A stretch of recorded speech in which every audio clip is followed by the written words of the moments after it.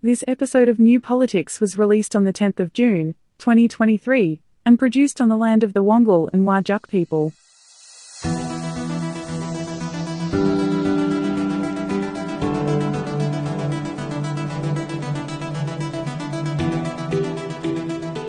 Welcome to New Politics. In this episode, we'll look at the week in politics, including all the fallout from the Ben Roberts-Smith case. We speak to Senator Sarah Hanson-Young about an inquiry into the Murdoch media empire, and ending the HECS on university HECS debts. It's a system that needs fundamental reform. I'm Eddie Djokovic, editor of New Politics. I'm David Lewis, gossip columnist for the Daily Telegraph. And if you'd like to support New Politics, you can support us through a Patreon subscription, but whether it's a subscription or whether you just want to listen in, read our material online or buy a t-shirt or buy a book, it's all available at newpolitics.com.au, and all of this is a good way to support independent journalism.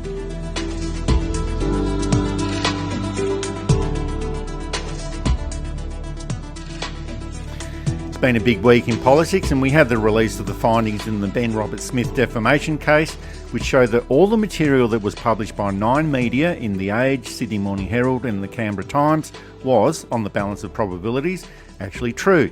And that includes 4 murders of civilians in Afghanistan, forcing other soldiers to execute a prisoner, kicking an unarmed handcuffed Afghani villager off a cliff, and the court also found that Ben Roberts-Smith also lied about his threatening behaviour towards a woman who he was having an affair with. So this is an event that virtually had everything in there. There's war crimes, the behaviour of the SAS overseas. It involves someone who received a Victoria Cross and has a strong presence at the Australian War Memorial in Canberra. There's domestic violence, accusations of a supposed war hero beating up a woman. It's a battle of media owners as well. And the owner of 7 West Media, Kerry Stokes, he funded the $25 million legal costs of the defamation case against Ben Roberts-Smith. So that's the reputation of Ben Roberts-Smith completely gone, and there's a possibility of a few more war crimes material to come out from Afghanistan, and a few people have suggested that if only he kept quiet about all that material that had been published in 9 media, it would have all been forgotten about by now and his reputation would still be intact. But that's not the point.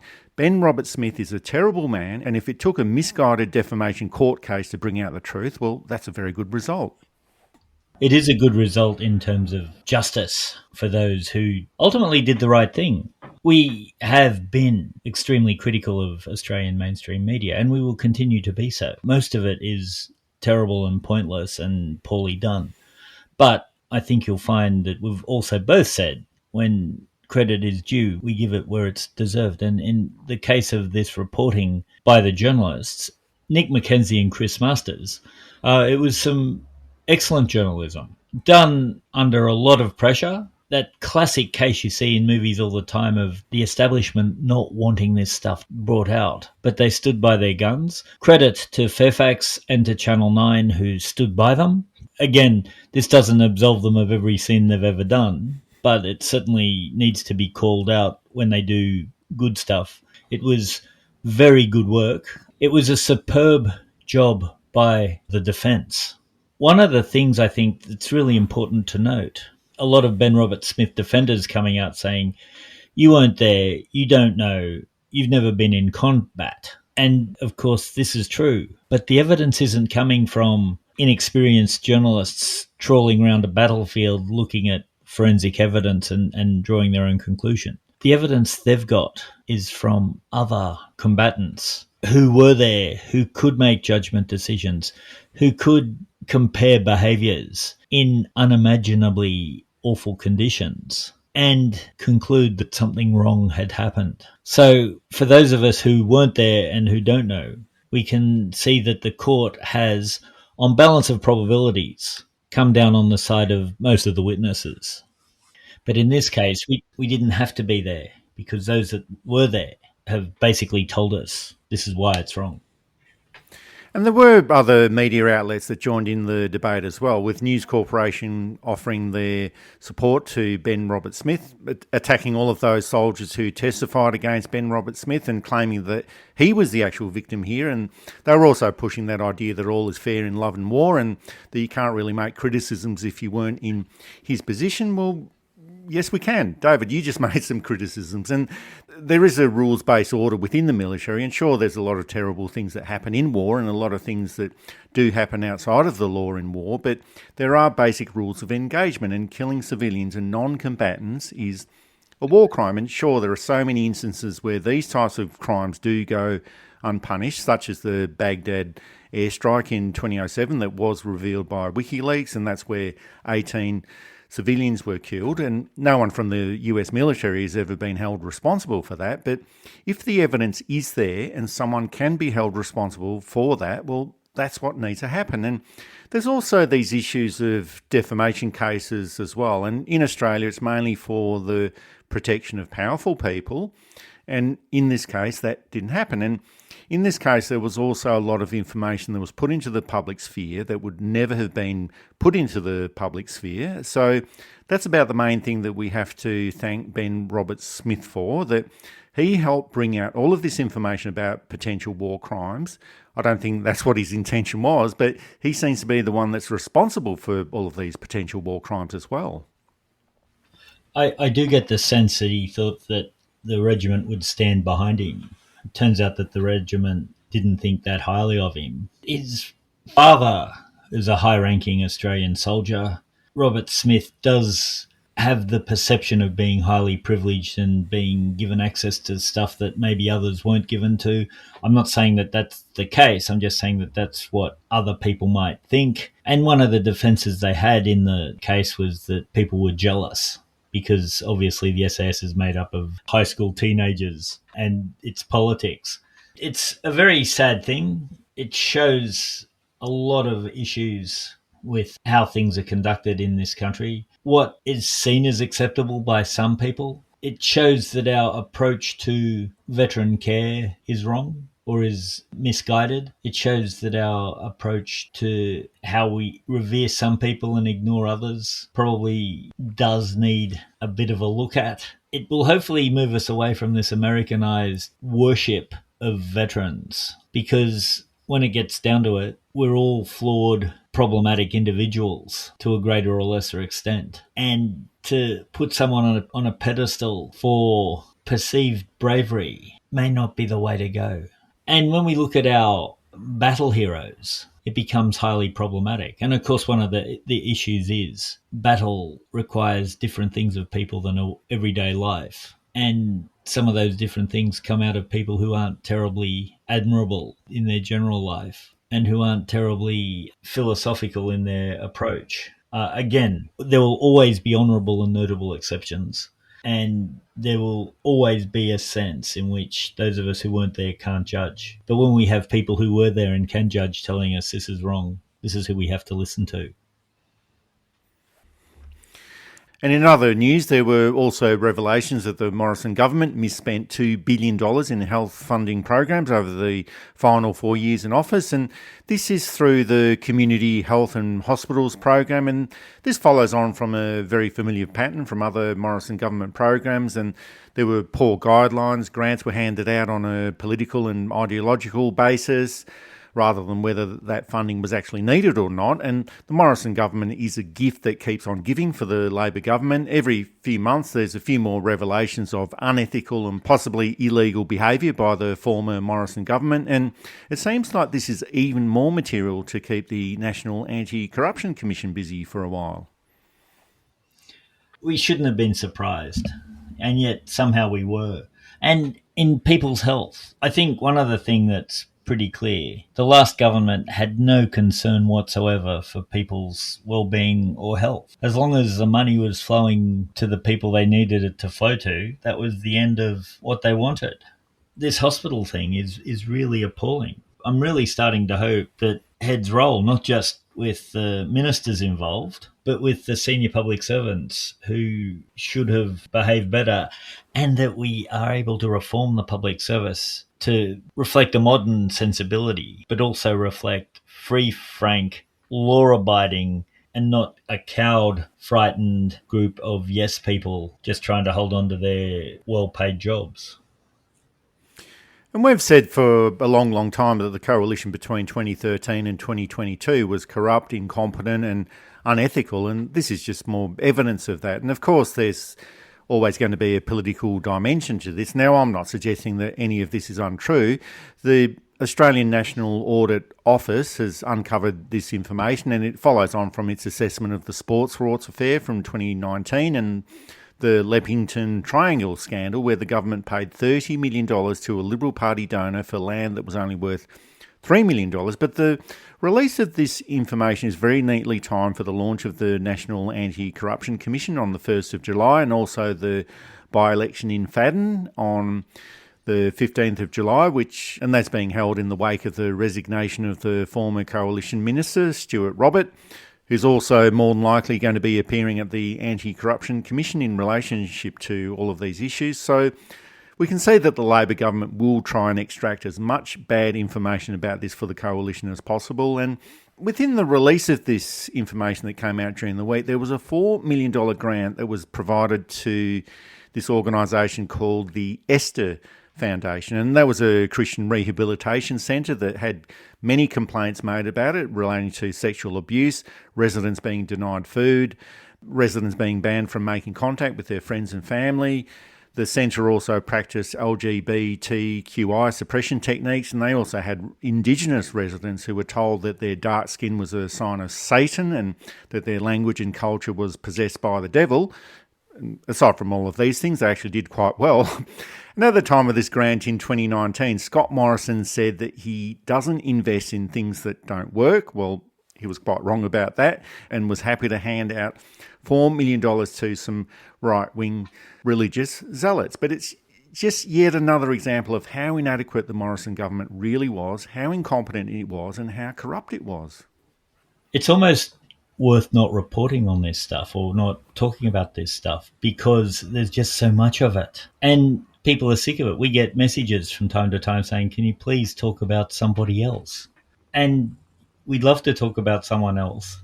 But the trouble is that the fallout from the group of crooks is still being felt 12 months down the track. And with NAC starting, we're going to have another 2 years of a lot of this stuff. And it's important to remember just how badly they treated us as Australians. They took us for mugs, as the old expression said. He doesn't invest in things which don't work, which doesn't explain his career at all. Religion has to be kept out of the government domain. And these dodgy, awful religions that do not include where they can, do not work for the betterment of society as a whole. They work for the betterment of some of their members, using the rest of their members as a Ponzi scheme for the elite to get rich. These have to be called out, examined, deconstructed, and removed from public life altogether. And those in it be rehabilitated so that they can have a much more functional working life within the community.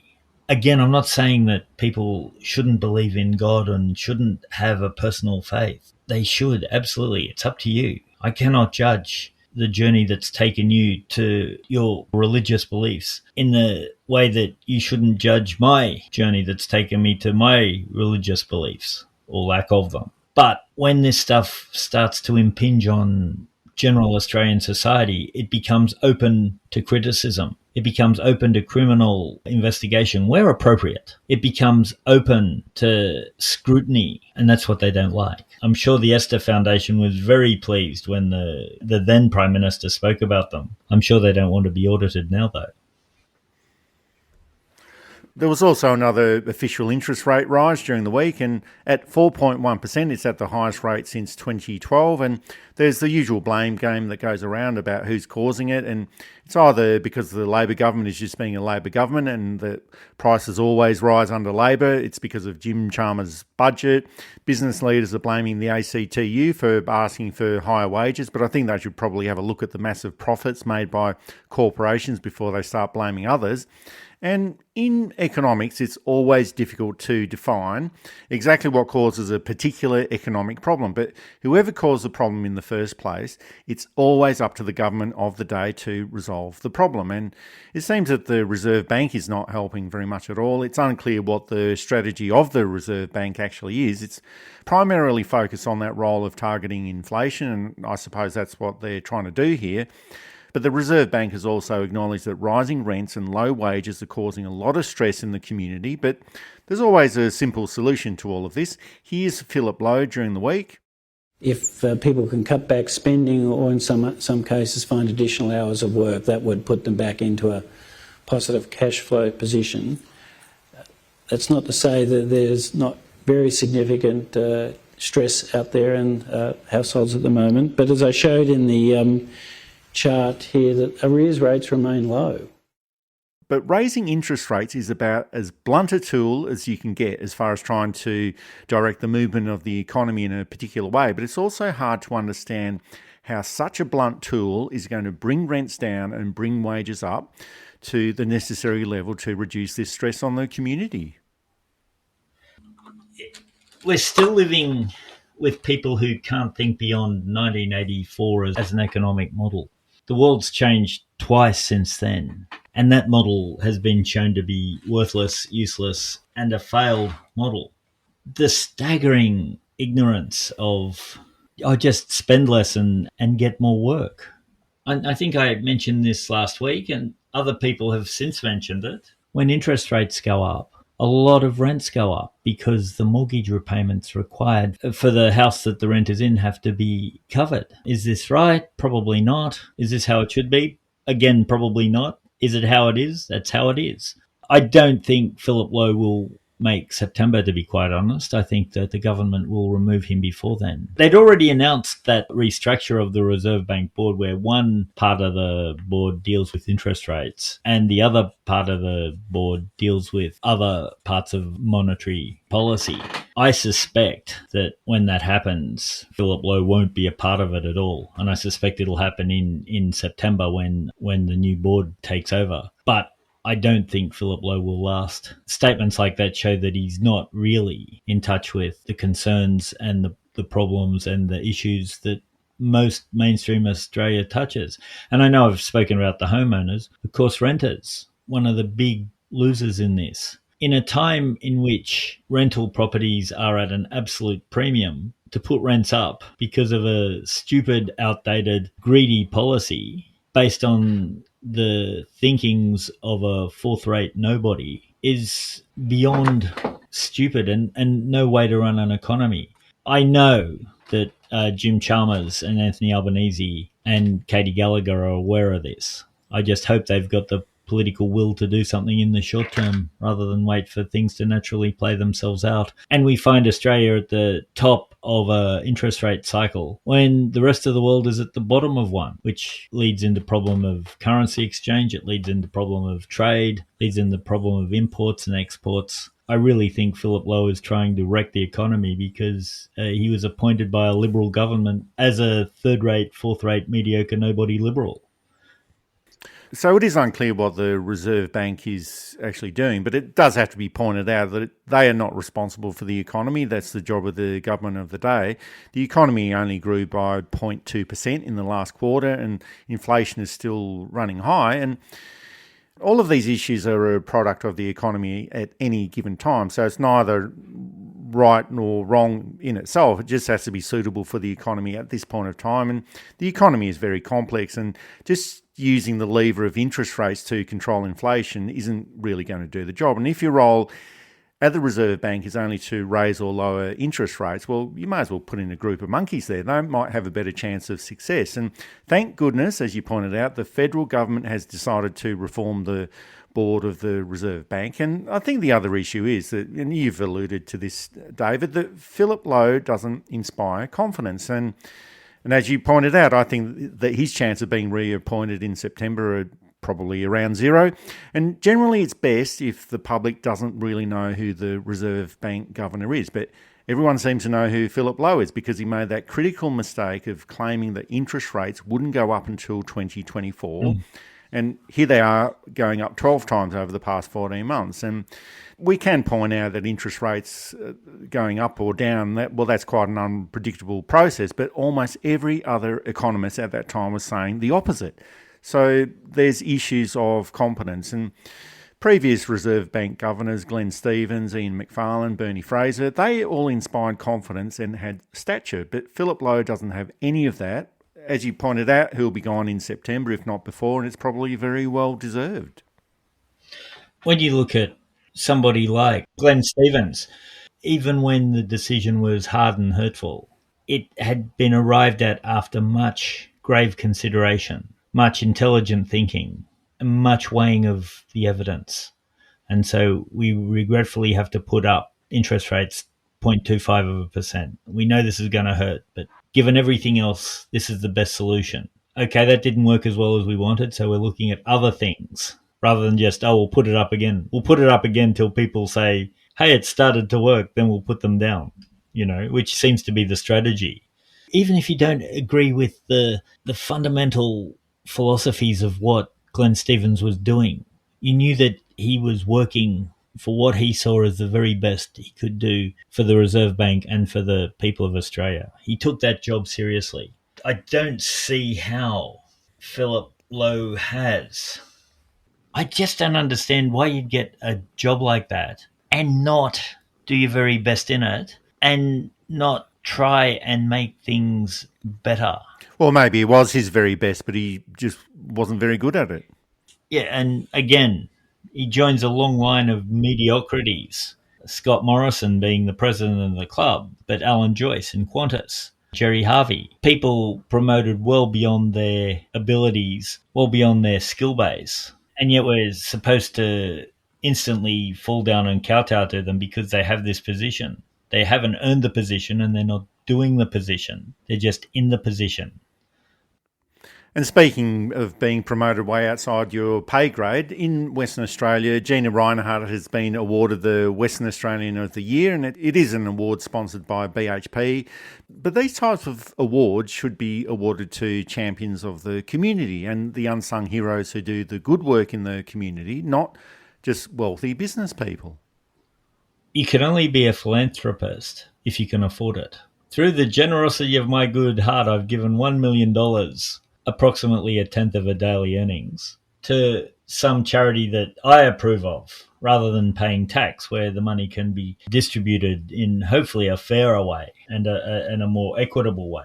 I've had for a long time a big problem with the Order of Australia, not in terms of the award itself, but in terms of who gets what. I've written in various roles I've been in many, and I've been very pleased and proud to have written many congratulatory letters to OAM winners because they'd been pillars of the community who had done thankless work for years, not wanting to be thanked, but doing the work because they thought it was the right thing. And it was okay for the government or for the people of Australia really to say, we did notice, here you are, here is a little medal you can wear on your chest as a token of our esteem and of our thanks. Having the hierarchies in it, I don't see many members of the community who put years into volunteering, say at one of the blood bank, getting the AC, for example. So for the Western Australian of the Year, it should be somebody who has promoted, or the New South Wales Person of the Year, or the Queenslander of the Year, or to the Australian of the Year. It shouldn't be someone on more money than most of us will see in a lifetime. And I'm not just bringing in Gina Reinhardt here. There's an incredible amount of extremely rich people who have been well rewarded by society who get this stuff. Why do they need it? Oh, and there's also a whole lot of other issues to take into account here as well. I was actually in Perth last week and this announcement floated a little bit like a lead balloon would float. And I didn't actually know that such an award existed, but it does. And it's really unclear why Gina Reinhardt was given this award. And if the award is for being the wealthiest person in Australia, well, sure, give her the award. But then she's going to win the award every single year. And we do have to remember that her father, Lang Hancock, had some shady iron ore deals with the Romanian dictator Nicolae Ceausescu in 1988. And for those of you who don't remember who Nicolae Ceausescu was, he's probably a little bit like Vladimir Putin on steroids. And Lang Hancock also suggested in 1984 that Indigenous people should have their water wells poisoned so that they would stop breeding and then die out. And Gina Reinhardt has never come out and repudiated those comments, and Hancock Corporation also withdrew their sponsorship to Netball Australia when one of their Indigenous players refused to wear the logo of Hancock Corporation because of those comments by Gina Rinehart's father. And we also have to remember that Gina Rinehart was at the forefront of the anti-mining tax campaign against the federal Labor government in 2010. So Western Australian of the Year, I really don't think so, but an award for contributions to racism, not paying a fair share of tax, and inappropriate deals with Eastern Bloc dictators, well, sure, that's an award that I'd support. She gave Barnaby Joyce the Farmer of the Year award for a guy whose only farming property, I believe, was some unfarmable land near a railway that he was about to approve. It was mongrel land. And he'd just been sacked from the ministry. And the amount that the award that no one had ever heard of before just happened to be was the amount that was the difference between what he was paid on the ministry and what he'd be paid as a backbencher. What a coincidence. So again, she doesn't have a great record with awards. And I'm not sure that the richest people in Australia deserve any more awards. It's just a weird thing. And of course, the Western Australian of the Year, New South Wales, Queenslander, etc., all go into the running for Australian of the Year. There's a committee that will meet that will find Australian of the Year. That she's in line for that speaks volumes to the credibility of such awards. You're listening to New Politics. You can subscribe to us on Apple or Google Podcasts, listen through Spotify, YouTube, SoundCloud and Amazon Music, or you can find us at newpolitics.com.au. And you can now support New Politics through Patreon.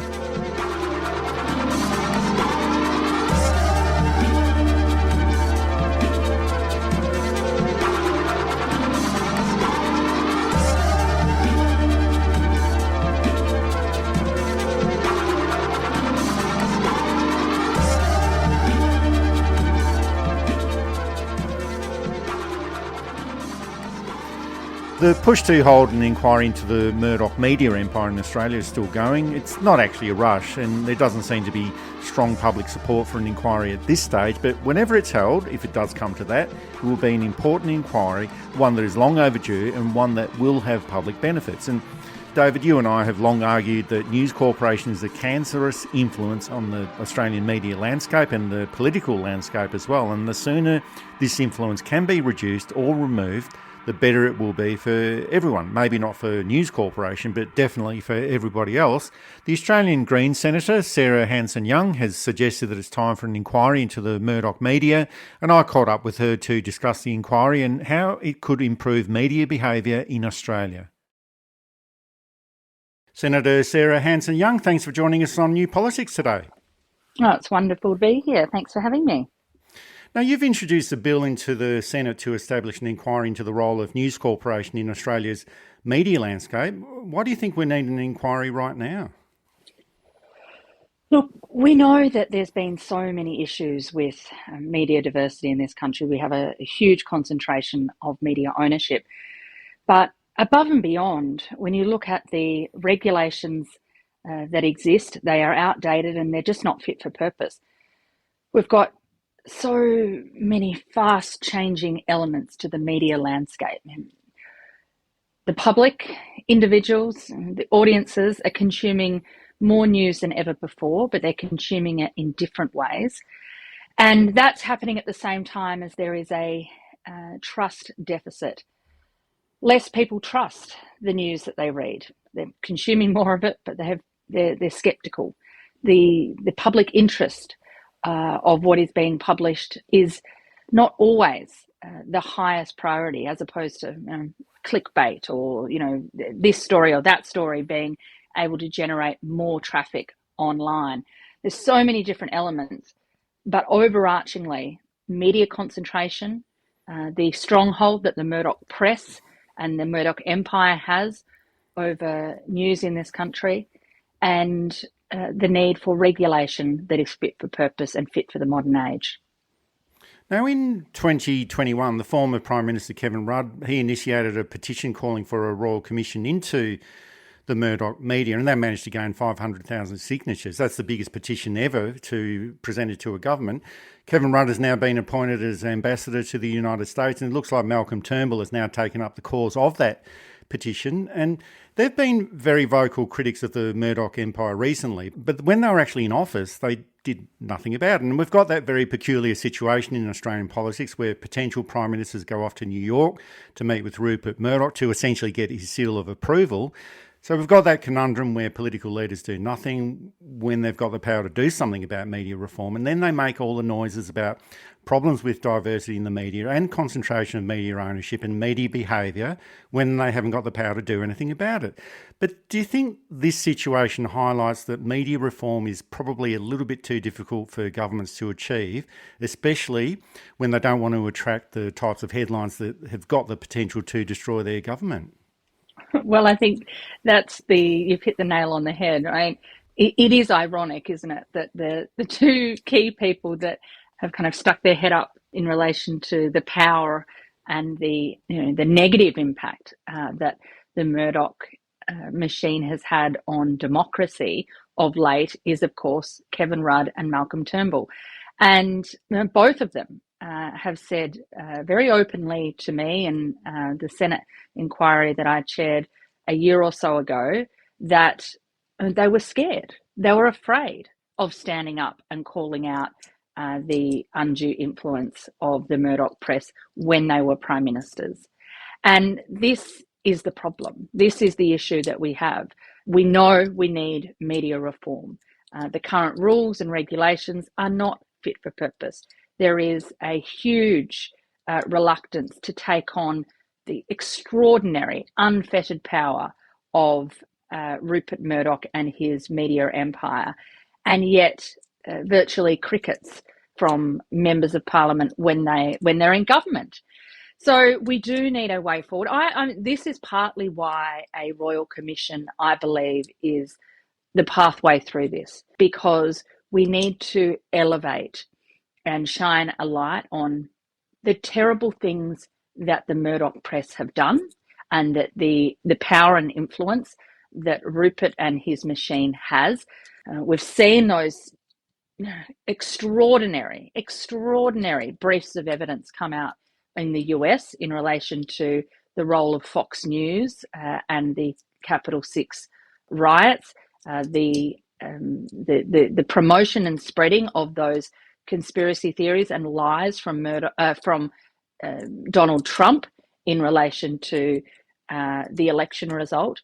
And it is just extraordinary. Not to mention the biggest threat facing humanity right now, which of course is the climate crisis, and just how strongly the Murdoch machine has infiltrated and played a negative role in governments around the world, not just in Australia, response to the climate challenge. It needs to be exposed, but in order to fix it, you need to build both the expectation of the community and to ensure that governments themselves are not the ones just leading the charge. Because if it's left to the Prime Minister of the day or the Communications Minister of the day, I can tell you what, it won't happen.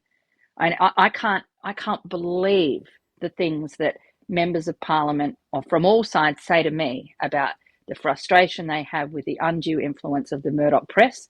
But, try as you might to get them to say it on the record, they're too scared. Now, you've mentioned the trust in the media and trust in journalism is at an all-time low, and we always have to be looking out for solutions and making improvements, of course, but I don't think it's a case where all news journalism is terrible and bad. We did have an excellent example of that last week with the Nine Media reporting of Ben Roberts-Smith and uncovering what the SAS got up to in Afghanistan. And then, of course, as a rebuttal to all of that, we had the situation where these revelations were condemned by News Corporation and suggesting that it's the result of everything in Australia going woke. But what are the solutions here? What can actually be done to increase the level of trust in media and trust in journalism? Well, I think you're right. Not all journalism is equal, and that extraordinary courage and forthrightness of the 9 reporters to hold Ben Roberts-Smith to account, to hold firm in the face of that huge, extraordinarily expensive defamation court case, only to be found by the judge as correct. And that was a win for public interest journalism, an absolute win for public interest journalism. I know what side of that debate I'd prefer to be on, the side of truth and public interest journalism, and the right for the public and the community to know. So it is important, but what do we do about it? Well, I think, as I said, there needs to be regulations that hold powerful media interests to account. And right now we don't have that. We don't have a system that deals with complaints in a fair or effective manner. The Press Council is effectively a branch of News Corp. It does very little. You'll never get a just outcome through that. The AMCA, the ACMA, the government regulator, has absolutely no teeth and no spine. It is totally bogged down in so much bureaucracy that it is useless and toothless. And then we've got defamation laws, of course, in the country, which, as somebody who's been through the defamation process, when it works well in defending an individual's right to protection, it can work. But too often it is used to silence what is in the public interest. And I think, of course, we need reform in that space as well. Now, it does seem that everyone does get attacked by News Corporation, progressive politicians, people of colour that they don't like, women that they don't like, generally anyone or anybody that doesn't share their political agenda, or if they're not conservative enough. But it seems that News Corporation has reserved a special level of disdain for the ABC, and it's been going on since around 1932, and you just wonder how much longer can they keep doing this for. But at the recent Senate hearings, you asked management from the ABC why they keep inviting News Corporation journalists to appear on their political discussion programs when the main agenda that News Corporation seems to have is to destroy the ABC. And this to me seems like a very, very strange anomaly, but is this an issue that also needs to be looked at as well? Well, of course, any part of a strong media landscape must include a strong and fearless public broadcaster. And they must be able to be independent and fearless in the face of government and political criticism, but also in the face of the politics within the media landscape itself. The ABC has been browbeaten by News Corp. It has been a deliberate attack and campaign to diminish the public broadcaster, to undermine the public's trust, to undermine the political efficiency and effectiveness of the ABC, and to ensure that it's News Corp that always gets the last say. And it's time that the ABC stood up. It's time that the ABC stopped allowing itself to be talked down, attacked and undermined by Rupert Murdoch and his media empire. It's a business model for them. News Corp go out of their way to set the ABC up, to attack them, to drag them down, to attack anyone who defends the public broadcaster. And it's time that the ABC said enough is enough. So just to wrap up, because the time does go pretty quickly, what would be an ideal media landscape in Australia? And if we do end up with more regulations, how do we balance up that idea of freedom of the press, freedom of the media, and a tighter control on media behaviour? And what's the bigger issue here? Is media concentration the issue? Should we have more independent journalism? Or is it the lack of regulation that's the issue? Or is it a combination of all of these issues? It's definitely a combination of all of these issues, but what we have with such a huge media concentration and stronghold of Murdoch in particular over daily metros, regional newspapers, and now their foxification of the only other 24-hour news station in this country, that being Sky News, which of course is now able to be seen on free-to-air in many parts across the country. when you don't have regulation that's fit for purpose, when you don't have a regulator that can do their job properly and hold media agencies to account for pushing misinformation, disinformation, and undermining the public interest, then it's a toxic cocktail.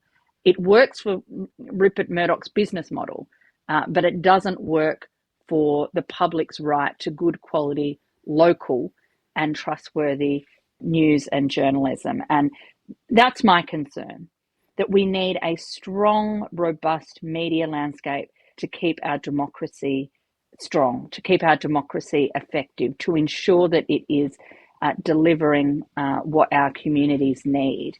And when you look at other models around the world, in the Nordic countries, they have tried to grapple with this issue by having strong public broadcasters. There is the commercial sector, and there is support for smaller and independent media, so you get that diversity. But all of them, both the public broadcaster and the commercial and independent sectors, are all under the same regulator and paid for in a way that it's kind of co-funding from both the private and the public sector. And so therefore it's in everyone's interest to be doing the right thing, to lift the quality of news rather than going to the lowest common denominator. And that's the problem we have here. It's in News Corp's interest that everyone gets dragged down. It makes journalism cheaper for them. It means that the business model doesn't have to be about news. It's simply about making money. It's not in the public interest. And if they can drag everybody else down to the lowest common denominator, then they win. And that's what they have set out to do. And sadly, unless we turn the tables, unless we have something like a Royal Commission to help expose and drive reform, it's going to be more of the same. Senator Sarah Hanson-Young, thanks for joining us today and thanks for your time. Thanks, Eddie. This is New Politics, one of the top 10 Australian politics and news commentary audio programs. You can listen to us on Apple and Google Podcasts, Spotify, YouTube, Amazon Music, and you can find us at newpolitics.com.au, and you can contribute and support New Politics on Patreon.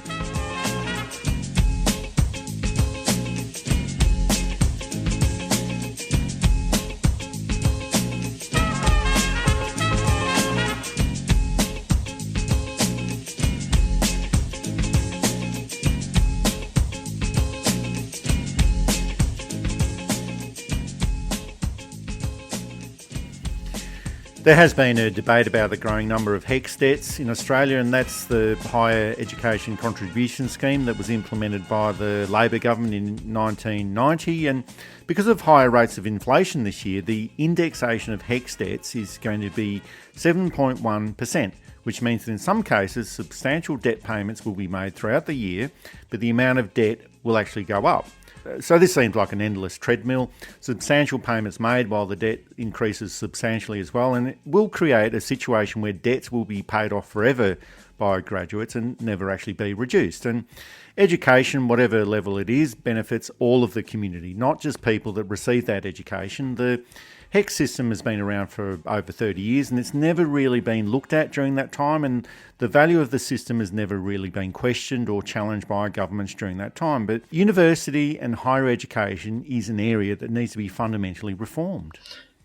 Higher education to anyone who was capable of it, without the worry of having to pay for it. It was brought in by Gough Whitlam to open up education.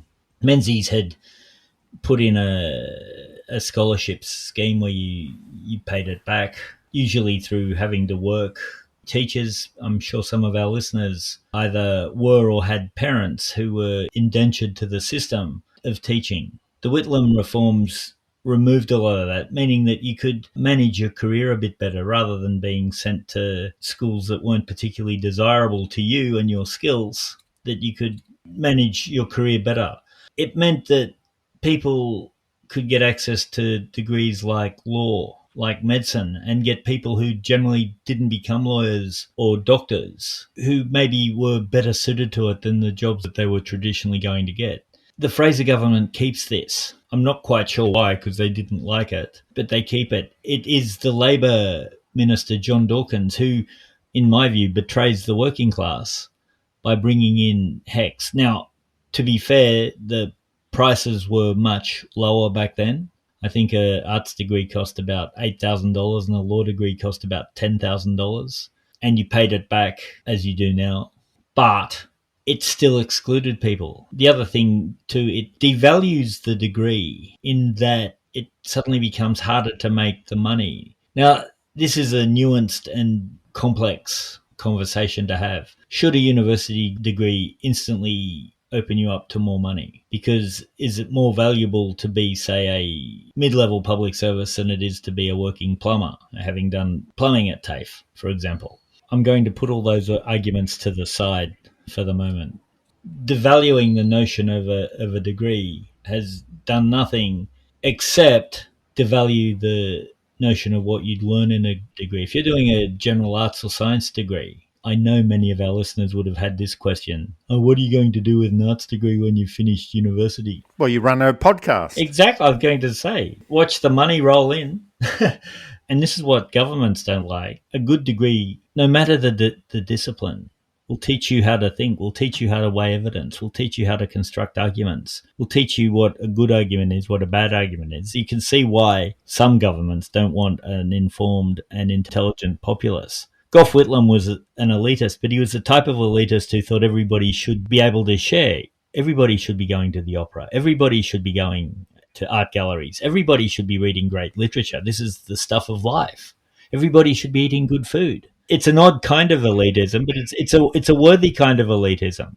It also gets down to the value of education, but I think that the HECS system is one of the more outrageous schemes created by a Labor government. And I do find it surprising that there are still a lot of people out there that think that this was a scheme that was set up by the Howard government. Well, no, it wasn't. It was created by the Labor government in 1989 and the Education Minister, John Dawkins, who is a part of the Scotch College alumni in Perth. Now, the idea was that the original HECS system was created to fund the expansion of the university system and to help the old colleges of advanced education get into university level. And okay, well, that's an argument that you can mount. In 1990, only 8% of the population had a university degree, and today that figure is 30%. So you could argue, well, the objectives of the HECS system have already been achieved, but now I think it's quite a grossly unfair system. Graduates are contributing far too much towards the education system, and the current amount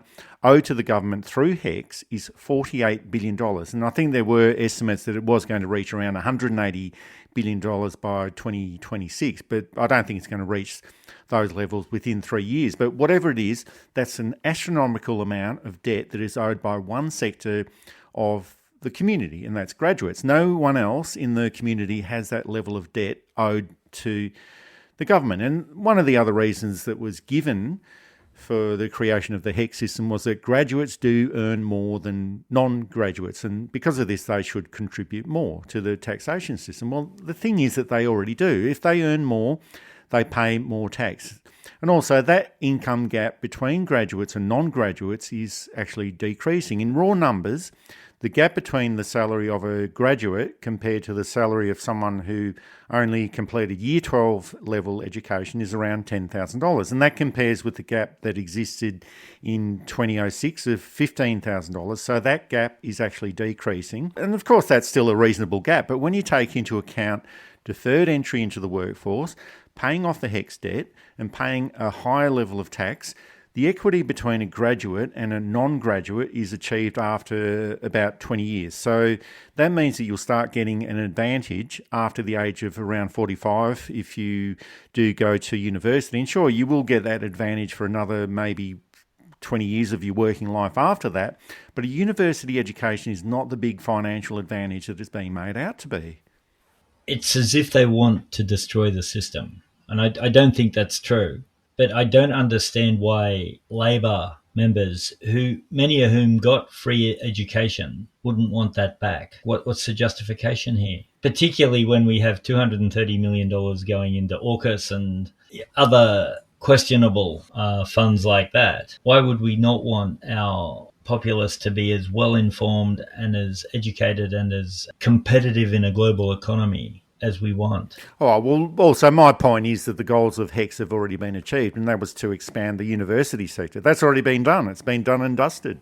Exactly. And we don't need any more universities. We need more TAFE. I think, too, the other reform that never gets talked about is that we maybe need to look at, should we have removed the 3-tier system? But that's a whole other debate for a whole other time. Oh, also, society benefits from having a highly educated community and a highly educated workforce, and the community and the economy are becoming more complex and more sophisticated as time goes by. And I realise that university isn't for everyone, and some of the smartest people that I've met haven't even set foot on a university, but everyone does benefit from a university-educated society. So I think it's time to reform the HECS system and maybe even abolish it. And HECS has also become a political and ideological plaything for the Conservatives whenever they're in office. And we did have that situation where the Coalition increased the HECS charge for all humanities courses to $14,000 per year, even though humanities graduates are the lower paid graduate areas. And that was just pretty much just despite the humanities departments all around Australia. So I think it is time for a change. Many countries around the world, especially in Europe, have a free university education system. That's what Australia had between 1973 and 1989.